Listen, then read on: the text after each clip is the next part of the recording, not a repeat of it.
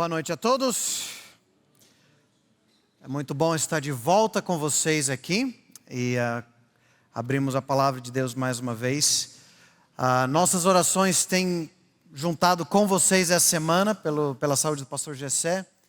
A gente ficou sabendo também e imaginamos o susto aqui para a igreja, né? E foi bom também saber que está descansando em casa já, né? E logo, se Deus quiser, estará de volta aqui servindo essa amada igreja. Abra sua Bíblia em Efésios capítulo 5, versículos 32, melhor dizendo, e 33. Efésios 5, 32 e 33. Com sua Bíblia aberta, vamos orar mais uma vez. Senhor, nós estamos aqui porque o Senhor é sim o motivo da nossa adoração e queremos que a adoração, o amor ao Senhor seja o centro de nossos lares e nossos casamentos. Precisamos do Senhor Jesus, porque sem Ele como centro, como fundamento, nossos lares vão desmoronar.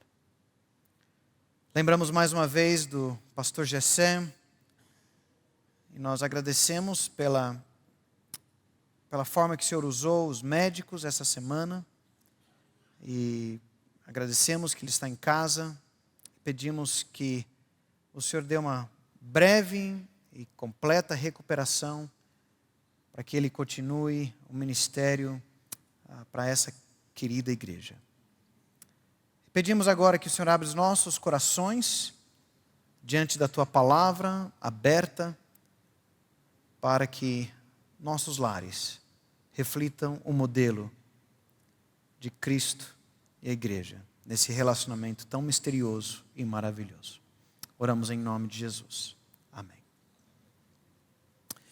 Efésios 5, 32 e 33 resume todo o trecho que fala do papel do homem, da mulher, esposa, marido, que nós vamos voltar depois e analisar hoje à noite. Mas ele fala assim, Efésios 5, 32, 33. Grande é este mistério, mas eu me refiro a Cristo e à igreja. No entanto, também quanto a vocês, que cada um ame a própria esposa como a si mesmo, e que a esposa respeite o seu marido. Esse texto, então, que conclui essa passagem, e que já ao ler você percebe o quão polêmico ele é para os nossos dias, de papéis diferentes no lar, mas ele levanta um grande mistério, o grande modelo, que é justamente o relacionamento de Cristo com a igreja é um modelo para os nossos relacionamentos no casamento. Eu quero daqui a pouco voltar e olhar mais os detalhes desta passagem, mas muitas vezes, se você já é de igreja há um bom tempo, você já deve ter ouvido muitas vezes, não, então, né, a esposa deve se submeter ao marido como Cristo é o cabeça da igreja e tal, e o marido amar sacrificialmente, e é isso. Só que esse modelo, antes da gente mergulhar nesse modelo aqui nessa passagem, eu queria que a gente desse um passo para trás e ver como que esse modelo, na verdade, é usado em outras partes da Bíblia, para a gente talvez ver um pouco mais da riqueza bíblica que Deus demonstra quando Ele compara nossos casamentos com o relacionamento de Cristo e a sua igreja. Para melhor entender o impacto disso, nós vamos voltar um pouco para trás, para rastrear esse modelo. Bom, você lembra que, quando na criação Deus criou homem e mulher, eles se complementavam, cada um com o seu papel, mas quando o pecado entrou no mundo, e com a queda, isso afetou diretamente o casamento, e quando Deus fala para Eva, depois, quando Ele está confrontando o casal, lembra que Ele fala, uma das consequências do pecado é que o seu desejo será para ou contra o seu marido. e ele a dominará. Então a gente viu logo em Gênesis 3 que das implicações diretas do pecado, quando entrou no mundo, o ser humano virar as costas para Deus, é que começou um conflito no casamento. Ok? Não era mais uma coisa que tão complementar, bonitinho como antes. Porque agora há uma briga de papéis, uma briga de quem manda. Ela vai querer se opor, se levantar contra o marido e ele vai pisá-la. E nasceu o feminismo e nasceu o machismo. Você continua a ler Gênesis e você vê um casamento quebrado após o outro. Você vê situações terríveis. É só lembrar de personagens como Lameque, descendente de Caim, que se gabou de ter 2 mulheres, entrou a bigamia. Abraão e Sara, né, os pais ali da fé, mas em que ela oferece sua serva como concubina, como para Abraão. Diná, filha de Jacó, é estuprada. Judá tem relações com sua nora Tamar, achando que é uma prostituta. Bagunça após bagunça. O casamento foi quebrado. Mas com o passar do tempo, nós vemos que Deus continua e vai efetuando o seu grande plano de redenção. De enviar um filho da mulher que um dia esmagaria a cabeça da serpente, como ele prometeu em Gênesis 3,15. Reverter os efeitos da queda. Deus forma o seu povo no Velho Testamento, os descendentes de Abraão, o povo judeu, Israel, e fala: olha, esse vai ser o meu povo exclusivo, eu vou ter um relacionamento exclusivo deles, uma aliança, serão o meu povo, eu serei o seu Deus, eu vou levá-los para um lugar, uma morada especial comigo, na terra prometida, eu vou cuidar deles, prover as suas necessidades. Aliança, exclusividade, fidelidade, provisão, moradia. O que isso parece para você? Casamento. Deus usa alguns exemplos, né, ilustrações para mostrar o seu relacionamento com o seu povo, como pai e filho. Mas já no Velho Testamento, ele também ilustra seu relacionamento com o seu povo Israel, também com casamento. Só que no Velho Testamento, é um casamento quebrado. Eu queria que você abrisse sua Bíblia lá em Ezequiel, capítulo 16. Ezequiel, capítulo 16. Essa ilustração, em que Deus ilustra seu relacionamento com Israel, usando uma metáfora, ilustração de um casamento quebrado, aparece especialmente em alguns profetas, Ezequiel, você pode lembrar de Oséias também. Mas eu queria que você olhasse, Ezequiel 16. O contexto aqui, Ezequiel é um profeta logo no início do exílio na Babilônia. E o que aconteceu? O povo de Deus abandonou totalmente a Deus, começaram a seguir ídolos no lugar de Deus, cometer todo tipo de pecado, e Deus avisou que essa idolatria, essa prostituição espiritual levaria a consequências graves, e essas consequências chegaram. As consequências do seu povo ser cercado por um império inimigo, os babilônios, um cerco que levou a uma fome terrível, a cidade destruída, muitos mortos, o templo destruído e muitos deportados.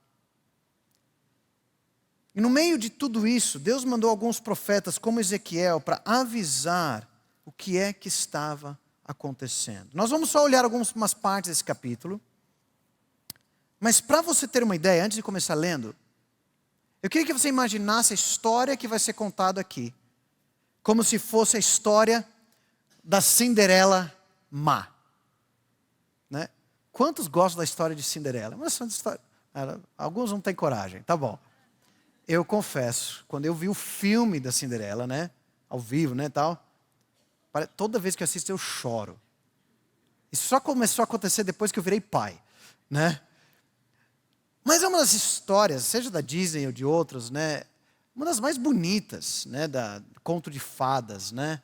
Uma moça que é maltratada pela sua madrasta cruel, suas irmãs, e ela então, feita como escrava no seu lar, até que um dia ela vai para o baile, né, porque a fada madrinha dá uma roupa nova para ela, e ela contra o príncipe encantado, meia-noite ela tem que fugir, porque tudo vai voltar, ela vai voltar aos trapos, e ele só fica com, o que que era? É um sapatinho de cristal, né? E ele sai à busca dela, até que encontra, e ela, né, aí dependendo da versão, ela trancada no quarto, e os ratinhos vão lá com a chave, vocês lembram? Né? E então viveram felizes, se casam e vivem felizes para sempre. A história que Ezequiel conta é como se fosse a história de Cinderela, só que invertido. Eu quero que você preste atenção conforme a gente lê alguns lances dessa história, porque o capítulo é longo. E se a história da Cinderela fosse diferente? Vamos começar lendo Ezequiel 16, a partir do versículo 4. Deus descrevendo como é que ele encontrou seu povo Israel. Ezequiel 16, 4. Quanto ao seu dia, ao seu nascimento, no dia em que você nasceu, não lhe cortaram o cordão umbilical, nem a lavaram com água para que ficasse limpa, nem a esfregaram com sal, nem a enrolaram em panos. Ninguém olhou para você com piedade, para lhe fazer qualquer dessas coisas, compadecendo-se de você. Pelo contrário, no dia em que nasceu, você foi jogada em campo aberto, porque tiveram nojo de você. Mas quando eu passei por perto e vi que você se revolvia no seu sangue, eu lhe disse: ainda que você esteja coberta de sangue, fique viva. Sim, ainda que você esteja coberta de sangue, fique viva. Eu a fiz crescer como uma planta do campo. Você que cresceu, se desenvolveu e ficou muito bonita. Os seus seios tomaram forma, cabelos cresceram, mas você estava completamente nua.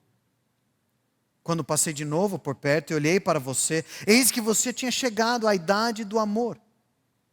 Estendi sobre você as abas do meu manto e cobri a sua nudez. Fiz um juramento e entrei em aliança com você, diz o Senhor Deus, e você passou a ser minha. Então eu a lavei com água, limpei o sangue que a cobria e a ungi com óleo. Também a vesti com roupas bordadas e lhe dei sandálias feitas com couro da melhor qualidade. Eu a cingi de linho fino e a cobri de seda. Também a enfeitei com joias, braceletes nas mãos, um colar no pescoço. Coloquei um pendente em seu nariz, brincos nas orelhas e uma linda coroa na cabeça. E assim você foi enfeitada com ouro e prata. As suas roupas eram de linho fino, de seda e de bordados. Você se alimentou da melhor farinha, do mel e azeite. Você era muito bonita e chegou a ser rainha.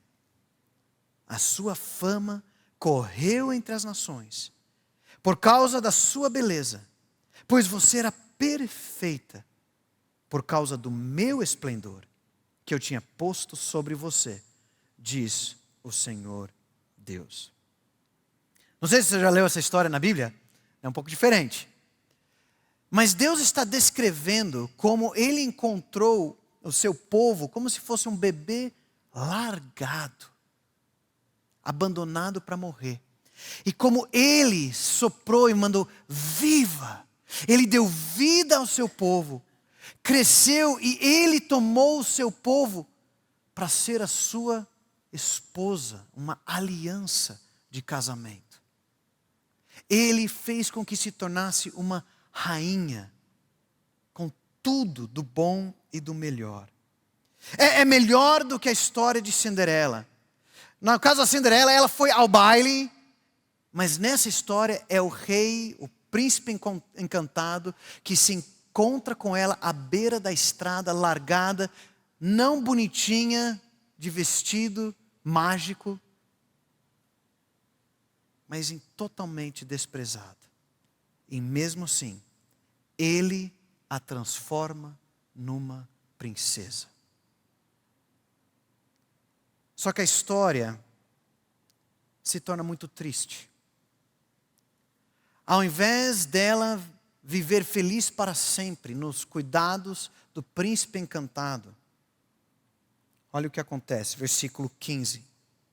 Mas você confiou em sua beleza, e a sua fama fez com que você se prostituísse, e você se ofereceu a todos os que passavam para ser deles.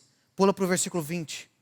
Além disso, você pegou os filhos e as filhas que teve comigo e os sacrificou às imagens para serem consumidos. Como se não bastasse essa sua prostituição, você matou os meus filhos e os entregou a essas imagens como oferta pelo fogo.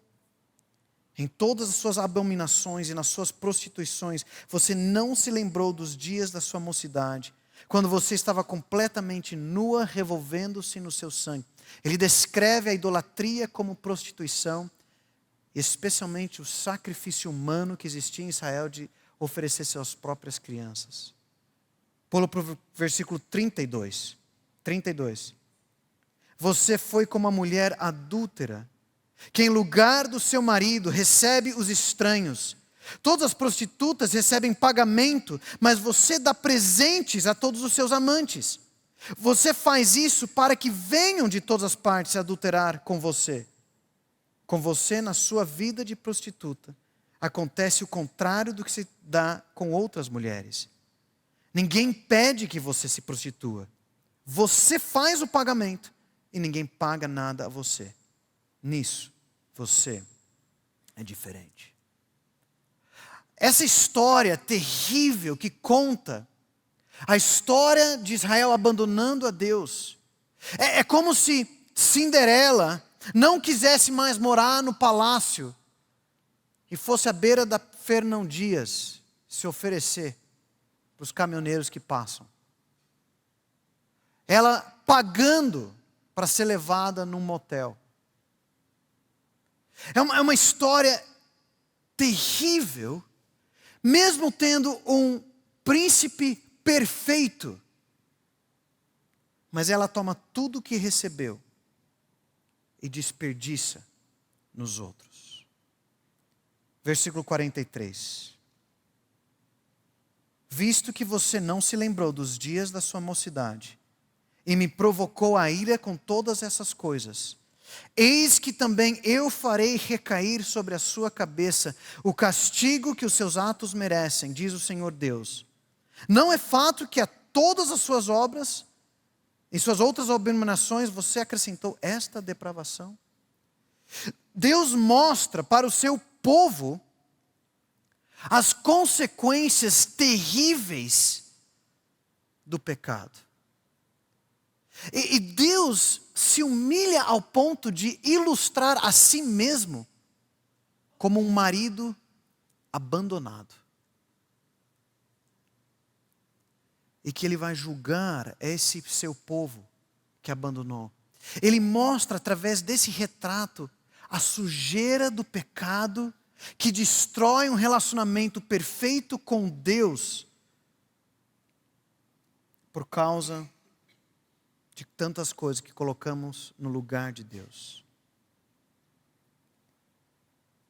Mas a história de como Deus relata e ilustra seu relacionamento com seu povo através de um casamento não termina ali. Olha os últimos versículos. Versículos 59 a 63. Depois da disciplina do seu povo, olha o que Deus faria. Versículos 59 a 63. Porque assim diz o Senhor Deus: eu farei com você o mesmo que você fez, pois você desprezou o juramento e quebrou a aliança. Mas eu me lembrarei da aliança que fiz com você nos dias da sua mocidade, e com você estabelecerei uma aliança eterna. Então você se lembrará dos seus caminhos e ficará envergonhada quando receber as suas irmãs, tanto as mais velhas como as mais novas. Eu as darei a você por filhas, mas não pela sua aliança. Estabelecerei a minha aliança com você, e você saberá que eu sou o Senhor, para que você se lembre e fique envergonhado, e nunca mais abra a sua boca por causa da sua humilhação, quando eu lhe houver perdoado tudo o que você fez, diz o Senhor Deus. Literalmente, quando ele fala, eu vou perdoar, ou te houver perdoado, ele fala que ele fará propiciação por ela. Que ele vai assumir, ele vai pagar a conta, ele vai perdoá-la, ele vai renovar a aliança com o seu povo. E o Velho Testamento aponta então para uma nova aliança que viria um dia.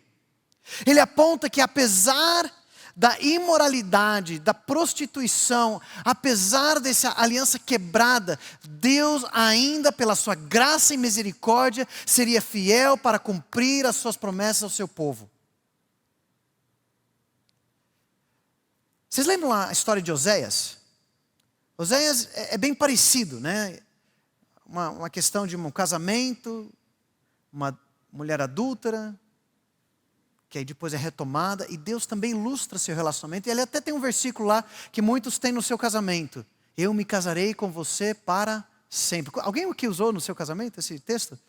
Né, lá em Oséias? Lembra? Ninguém tem coragem. Né? Eu me casarei em justiça, em santidade para sempre.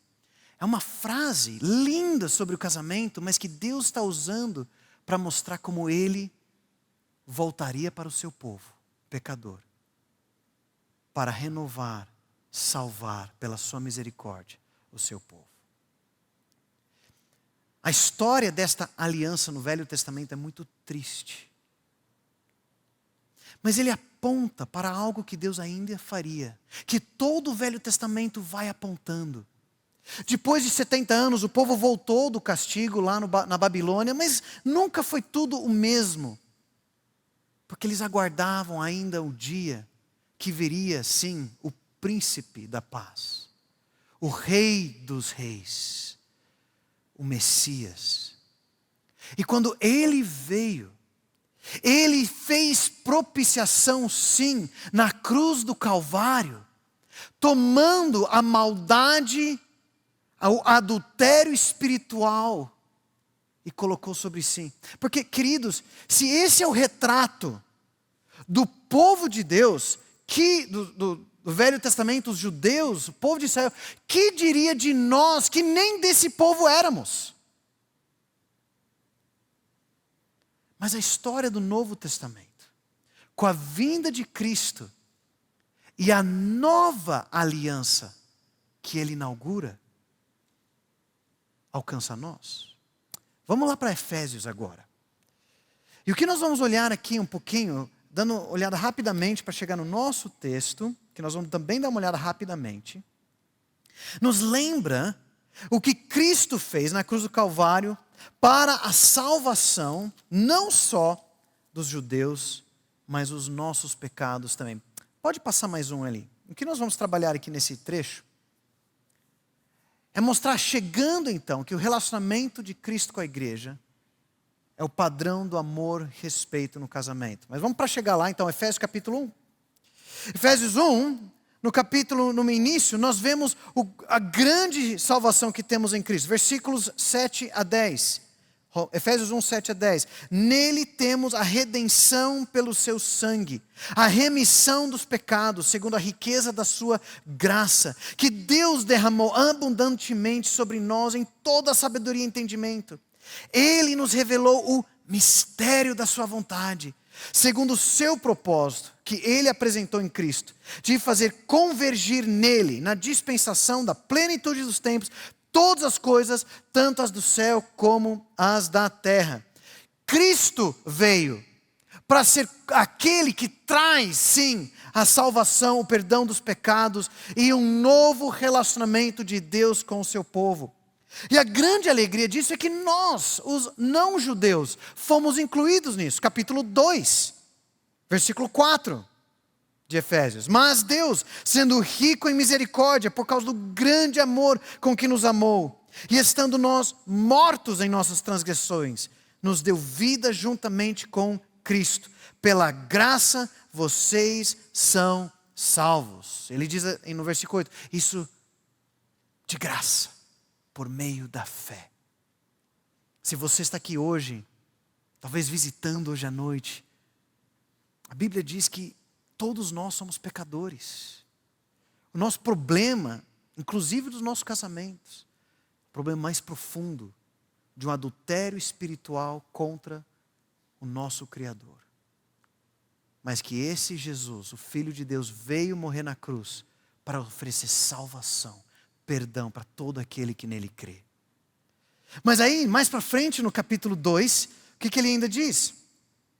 Nós fomos incluídos nisso. Versículo 11. Lembre-se, no passado vocês eram gentios na carne, chamados em circuncisão, para aqueles que se intitulam circuncisão, que é feito na carne por mãos humanas. Naquele tempo, vocês estavam sem Cristo, separados da comunidade de Israel, estranhas às alianças da promessa, não tendo esperança e sem Deus no mundo. Versículo 13. Mas agora em Cristo Jesus, vocês que antes estavam longe, foram aproximados pelo sangue de Cristo, porque Ele é a nossa paz. Amém?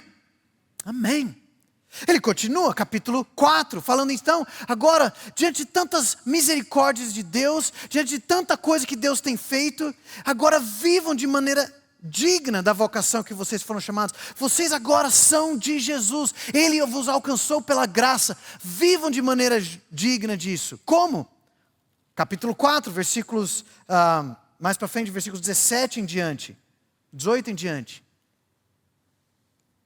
Nós precisamos viver seguindo a Cristo, não como os incrédulos. Ele nos ensina, a partir dos versículos 22 e 24, a tirar a velha roupa do pecado, lembrar que nós somos de Jesus, revestir a nova roupa. Isso afeta toda a nossa vida. Ele começa a fazer uma lista de coisa, área após área, até que ele chega no capítulo 5, falando, olha, devemos ser cheios do Espírito Santo, controlados pelo Espírito Santo, versículo 18, e não pelo vinho, não pelo nenhum outro vício, nenhuma outra coisa. E como é isso? Alguém controlado do Espírito Santo vai ter várias implicações. Ele fala em salmos, hinos, cantos espirituais, ele louva a Deus, versículo 19, ele dá graças a Deus, versículo 20 do capítulo 5, e aí no 5:21 ele fala, e também sujeitando-se uns aos outros no temor de Cristo.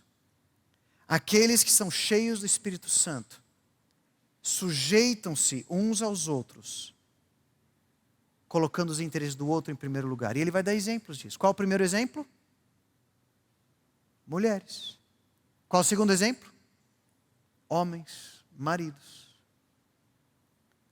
Ou seja, todos os papéis no casamento, não só da mulher, envolvem alguma forma de sujeição mútua, conforme nos submetemos a Cristo. Em Cristo nós formamos um novo povo, temos um novo relacionamento, uma nova aliança.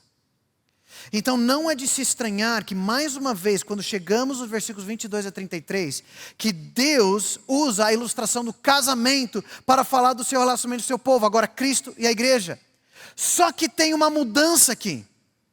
No Velho Testamento, ele usou um relacionamento humano, um relacionamento quebrado, para falar, olha o que está acontecendo no relacionamento de Deus com o seu povo Israel, olha como eles estão abandonando a Deus.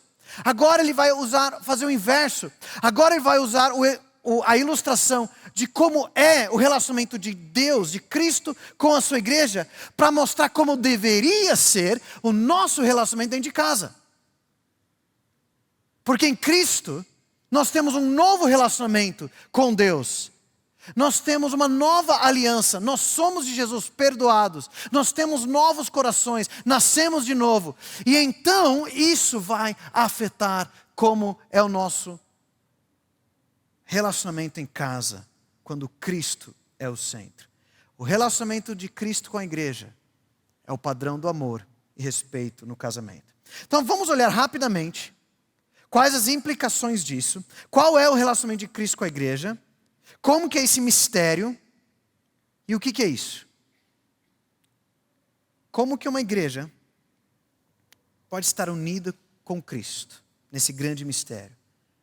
É o modelo de um marido perfeito, o príncipe encantado, como a Cinderela resgatada, mas ainda não perfeita. A igreja. Vamos ver as implicações disso para o casamento rapidamente nesse texto. Versículos 22 e 24. Ele fala para as mulheres: esposas, que cada uma de vocês se sujeite ao seu próprio marido, como ao Senhor. Porque o marido é o cabeça da esposa, como também Cristo é o cabeça da igreja, sendo ele próprio o salvador do corpo. Como, porém, a igreja está sujeita a Cristo, assim também a esposa se sujeite em tudo ao seu próprio marido.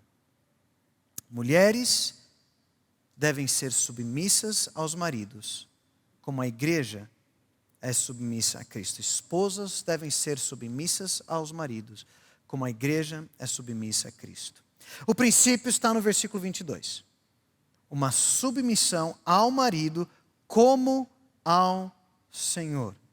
E ele compara então no versículo 23. O modelo, primeira parte da comparação, é que o marido é o cabeça da esposa, como Cristo é o cabeça da igreja.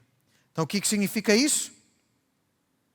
Cristo é o cabeça, Ele é o líder, Ele é o nosso rei, Ele é o nosso Senhor. Ele é o nosso Salvador, o Salvador do corpo, ele vai dizer. Ele que nos resgatou. Cristo deu a sua vida pela igreja. Ele sofreu a nossa morte. Ele sofreu humildemente o que nós merecíamos para nos resgatar. Segunda comparação, versículo 24. A esposa então deve estar sujeita ao marido como a igreja está sujeita a Cristo. Por quê? A igreja está sujeita a Cristo? Temos alguma dificuldade com isso? Em tese não, certo? Em tese não. Como não querer ser guiado por este bom pastor tão amoroso que morreu na cruz por nós? Mas na prática é bem mais difícil. Para a igreja, nós, os crentes, lutamos todos os dias para seguir a Cristo, amá-lo e a obedecer a sua palavra. As implicações aqui é que para a esposa há benefícios de segurança para ela ao se submeter aos cuidados do seu marido. Esposas que buscam, que se colocam nisso, diz no versículo 22, como ao Senhor. Ela faz isso como expressão da sua submissão ao Senhor Jesus. Claro, isso significa então que a sua submissão maior é ao Senhor Jesus. E debaixo dele ao seu marido. Se um marido pede para ela fazer algo que é pecaminoso, ela não deve obedecer seu marido. Ela deve obedecer a Cristo. Mas esposas que abandonam a submissão ao marido para buscar realizações independentes se abrem para todo tipo de tentação. Nós vemos o exemplo de Eva, que ela caiu na tentação do diabo por conta. E aí o marido foi atrás. A gente vê em nossos dias muitas tentações para esposas viverem independente da realidade do lar. Eu estou falando uma independência de coração. E de que assim, não, eu preciso provar que eu não preciso de nada e ninguém e nem do meu marido. Isso leva a certas tentações muito perigosas. Quando qualquer um dos cônjuges quer viver independente, descolado do outro. Eu e minha esposa temos aconselhado casais que, por causa às vezes de um serviço, ou por causa da mídia social, mulheres que começam a trocar mensagens com homens no WhatsApp, e os homens também, a mesma coisa, e começa a buscar ali um afago emocional, às vezes que não recebe do marido, começa a se expor mais, mandar fotos, daqui a pouco marcando encontros. E temos visto vários casamentos destruídos. Às vezes começando por um lugar de exposição sozinha, às vezes academia. Né? Ali onde todo mundo está exercitando o corpo, muitas vezes com vestimentas bem provocativos, e um ambiente onde cada um mostra, né, um pouco de quem você é e conquista e atrai. Lugares que podem ser uma grande bênção. Mas quando qualquer um começa a querer viver de uma forma independente, fora dos cuidados, da submissão ao seu marido, isso traz perigos. O seu marido ainda falta muito para ser como o Senhor Jesus. Ele não é o príncipe encantado que Cristo é. Talvez parecia mais que no dia que vocês casaram. Depois que os anos passam, né? Ainda fala que sim, mas a gente sabe. Mas Deus chama então vocês a esperarem o seu marido. Orarem por ele, naquelas áreas que ele ainda não se parece com Jesus. Use palavras de respeito. Cuidado para não começar a ser uma mãe para o seu marido, dando broncas de mãe sobre ele. Leve a ele decisões finais e aguarde-o, mesmo que ele queira. Não, resolve você. Mas vai aos poucos, com muita graça e mansidão. Mas seria tão bom se você decidisse isso, que é o papel dele. Ganhando ele pela mansidão, até sem palavras. 1 Pedro 3, 1-6 fala muito do poder que Deus usa mulheres piedosas na vida dos seus maridos desobedientes a Deus, que não obedecem à palavra, ganhando-os pela mansidão, pelo caráter, até sem palavras e sem temor. Porque o Senhor, Deus, tem grande cuidado de vocês, irmãs, que têm esse papel tão difícil de se colocar debaixo dos cuidados de nós, brutos.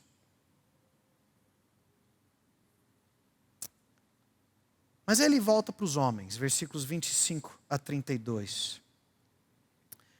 Maridos devem amar as suas esposas, como Cristo ama a igreja.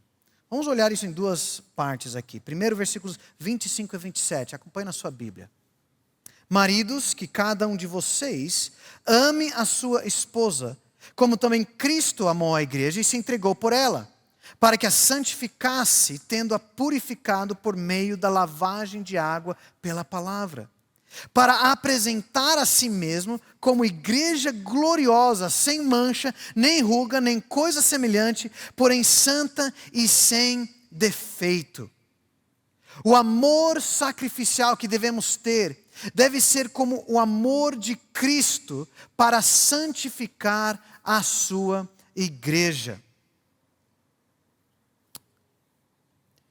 É interessante nesse texto que Paulo parece que fala mais sobre Cristo e a igreja do que do casamento, não é? Ele fala um pouquinho de como deve ser e ele volta a mostrar um modelo. Ele fala um pouquinho aqui, olha, seja igual, mas olha assim, e o grande mistério é isso. E quando nós olhamos o pano de fundo da nossa pecaminosidade, do relacionamento do povo em toda a Bíblia, abandonando a Deus, nós vemos quão grande é o amor e misericórdia de Deus se dando para resgatar o seu povo. Então aqui nesses versículos, o primeiro princípio, maridos devem amar a sua esposa como Cristo ama a igreja. Ok, então como é o amor de Cristo? É marcado, versículo 25, pela sua entrega pela igreja.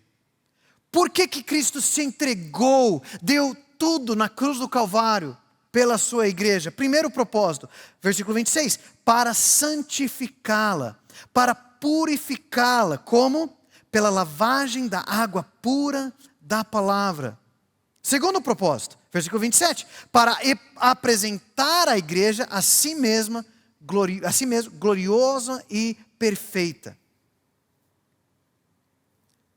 Cristo deu a sua vida para salvar a sua igreja, e Ele continua agindo para santificar, purificar a igreja para o dia do grande encontro, quando o grande rei virá nas nuvens para buscar a sua noiva, resgatar do perigo desse mundo, e aí vai ter aquela grande festa de casamento, as bodas do Cordeiro.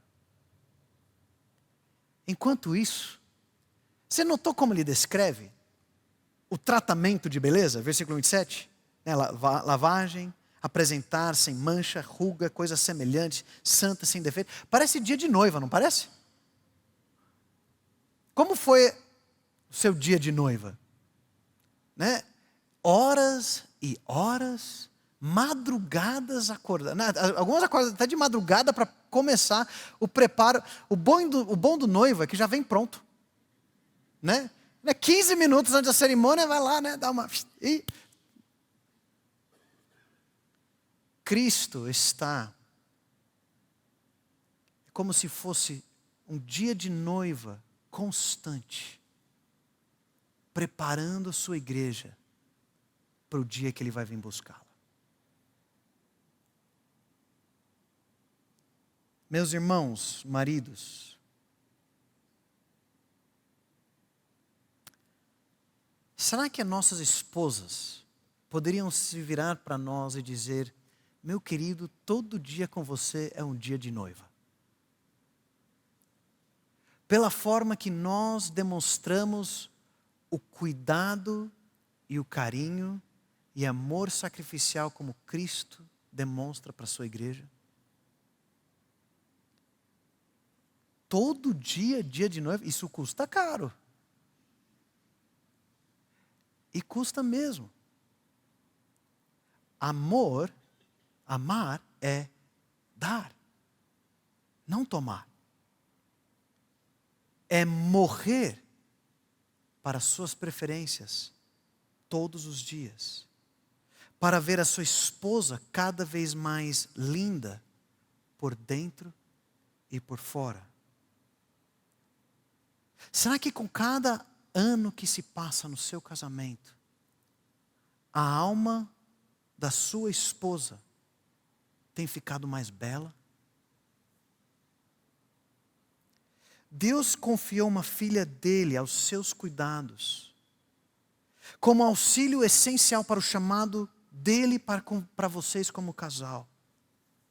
Como o primeiro ministério de você cultivar e guardá-la. Há grande satisfação nisso, mas o alvo nosso é satisfazer a ela.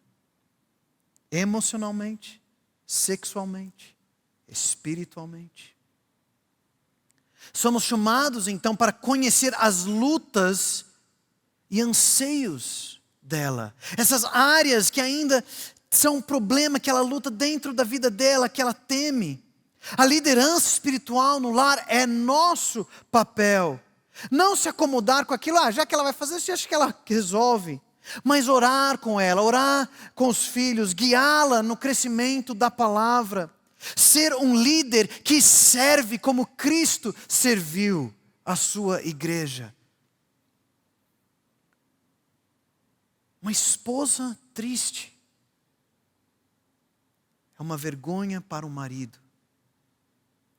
Queridos, isso inclui o cuidado físico delas, sua saúde, sua beleza, mas mais do que tudo, que nós também estamos usando a palavra para pastorear a vida da nossa esposa. O que ela precisa? O que ela valoriza? Ano passado eu estava tentando me organizar um pouco de tantos afazeres, tantas demandas, e organizar um pouco minha vida, tal, né, aquele atropelo que é nossas vidas, e eu pensando, ok, o que Deus quer de mim em cada área da minha vida? Então, né, minha vida com Deus, com a minha esposa, com meus filhos, na igreja, né, trabalho, tal, e eu tentando colocar alguns alvos para a minha vida em cada área, e eu pensei, não, ok, meu alvo eu quero então buscar, pela graça de Deus, cumprir isso na vida da minha esposa? Como que eu posso, então, servi-la de uma forma bem prática? Aí eu fiz uma lista de várias coisas que eu achava que mais ia ajudá-la. E aí eu tive uma brilhante ideia. Perguntar para ela. E minha lista mudou bastante. Porque as coisas que eu achava que seriam melhor ajuda para ela em casa e tal, descobri que eram coisas que eu mais queria. E eram outras coisas que estavam pesando para ela. E que não, acho que isso não é tão importante, mas para ela era. E eu ainda estou lutando para cumprir isso aí. Mas para isso que Deus nos chamou. Deus nos chama para cumprir isso. Proteger, valorizar, preparar. É difícil a mulher não respeitar um marido que a ama como Cristo. Amor é sacrifício, é negar a si mesmo em benefício dela. E a glória é que isso acaba sendo benefício para o marido também. Porque no meio disso, tudo está drenando minha energia. E aí agora também em casa eu preciso dar. Quando tem eu? O eu morreu. Mas há muitos benefícios. Quando nós morremos para nós mesmos, é que há uma ressurreição no casamento. Vamos ler os últimos versículos aqui, 28 a 31. Assim também o marido deve amar a esposa como ama o próprio corpo. Quem ama a esposa ama a si mesmo, porque ninguém jamais odiou seu próprio corpo. Ao contrário, o alimenta e cuida dele, como também Cristo faz com a igreja, porque somos membros do seu corpo. E eis porque o homem deixará o seu pai e a sua mãe, e se unirá à sua mulher, tornando-se os dois uma só carne. O amor como ao próprio corpo, como Cristo ama a igreja. Então, o segundo princípio que ele fala aqui para o marido é que o marido deve amar a esposa como ama o próprio corpo. E aí ele explica no versículo 28. Quem ama a esposa, ama a si mesmo. E ele desenvolve um pouco mais. Ninguém odiou o seu próprio corpo, mas cuida dele. Então, vamos pensar aqui, né? Aqui está você no barbeiro. Você cuida de si mesmo. Você acorda, talvez faz a barba, escova os dentes, arruma o cabelo, quem tem, né? Talvez vai na academia, né? Come a comida que você gosta. E toda essa atenção e esforço você faz para você, geralmente não parece muito peso. Fazer exercício é um peso, né? Mas as outras coisas, comer o que você gosta, né? Se arrumar no espelho antes de sair, colocar uma roupa confortável, gostosa. Esse cuidado de você mesmo, você não fica, que chato, né? Eu preciso fazer isso por mim. Geralmente não, porque nós já amamos demais a nós mesmos. E quando nós cuidamos do nosso corpo, nós não vemos isso como um peso, nós vemos isso diretamente. Eu estou me beneficiando, eu preciso disso. Eu invisto dinheiro, esforço, e não é sacrifício, porque é para mim. O que ele está falando? Cuidar da esposa é a mesma coisa. Porque somos um só corpo. Ele lembra, no versículo 31, Gênesis 2:24, né? O início ali do casamento. O homem deixará pai e a mãe, se unirá à sua esposa, à sua mulher, tornando-se os dois uma só carne. E é isso que Cristo faz por nós. É assim que Cristo cuida de nós. Porque nós somos membros do seu corpo. Versículo 29 e 30. Nós somos o corpo de Cristo. Ele cuida de nós, Ele provê para nós, Ele nos alimenta, Ele nos protege. Então, qual a prática? Da mesma forma que eu falei que a esposa, o perigo, ao não querer se submeter ao marido, mas viver de uma vida independente dele e sair para o mundo do seu jeito, o homem também, quando ele não encara que com sua esposa é um só corpo,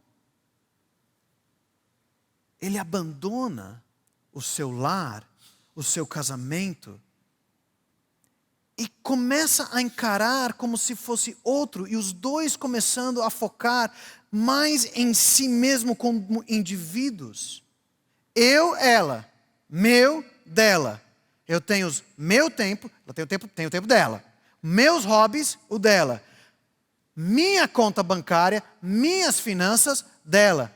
Deixa eu só dizer, eu tenho ficado tão assustado com quantos casais que talvez cada um tenha uma fonte de renda diferente, então tem contas bancárias separadas, cada um cuida assim, paga, não, você paga a eletricidade, eu pago o aluguel, a gente racha isso aqui. Parece um contrato de sei lá, uma empresa, né, sócios, e não um casamento. E às vezes até, né, assinar e tal, e aí começa a criar problemas, porque não, ela também agora, eu que estou pagando tudo, ela, é um só. Começa, isso só parece assim, cada um para o seu lado, não é um. Filhos, esse não, esse mais está a sua cara. Celulares, eu tenho a minha vida aqui, ela tem a vida dela lá. Eu tenho minha senha, ela tem a dela. Eu tenho minha vida na mídia social, tenho outro. Eu tenho os meus amigos e amigas. Gente, que perigo. É uma vida só, compartilhada. Senha um do outro. Amor, teve esse contato aqui, eu não sei quem é essa pessoa não, mas é uma moça. Responde para mim. Olha, está acontecendo isso e isso aqui. Como nós vamos resolver juntos? A nossa amizade. Queridos, até na sexualidade, corpos distintos, o que deveria ser a expressão da união, cada um atrás do seu próprio prazer, às custas do outro. Quando nós brigamos com ela, estamos dando um tapa no nosso próprio rosto. Quando a humilhamos, estamos nos envergonhando publicamente. Maridos, não tentem esconder os problemas no seu casamento. Tem muitos maridos que não querem buscar ajuda, não querem aconselhamento com o pastor, com um casal maduro na igreja, e a esposa sofre sozinho, porque ele tem vergonha. Mas essa vergonha se torna público rapidinho. Porque todos começam a perceber que eles não estão unidos. Humilhe-se e peça ajuda.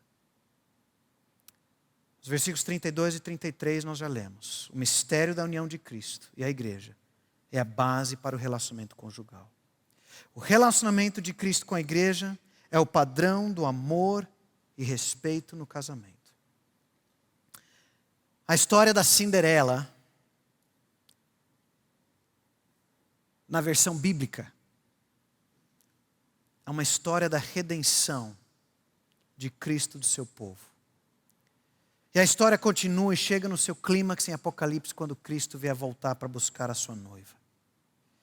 A mesma graça derramada para resgatar a Cinderela má, no povo no Velho Testamento, e nós, piores ainda, esta graça está disponível para resgatar os nossos casamentos, derrubar as paredes de inimizade, trazer amor e respeito para dentro dos nossos lares. Quanto mais conhecemos o Evangelho e vivemos de maneira digna, despindo o velho homem, renovando nossa maneira de pensar, revestindo a vida de Cristo, mais os nossos casamentos se tornam cristocêntricos. Mais eu vou entender o que é amor sacrificial, que diz não para mim mesmo. Mais eu vou entender o que é submissão respeitosa e tranquila. Um para o outro. E ambos para Deus. Vamos orar.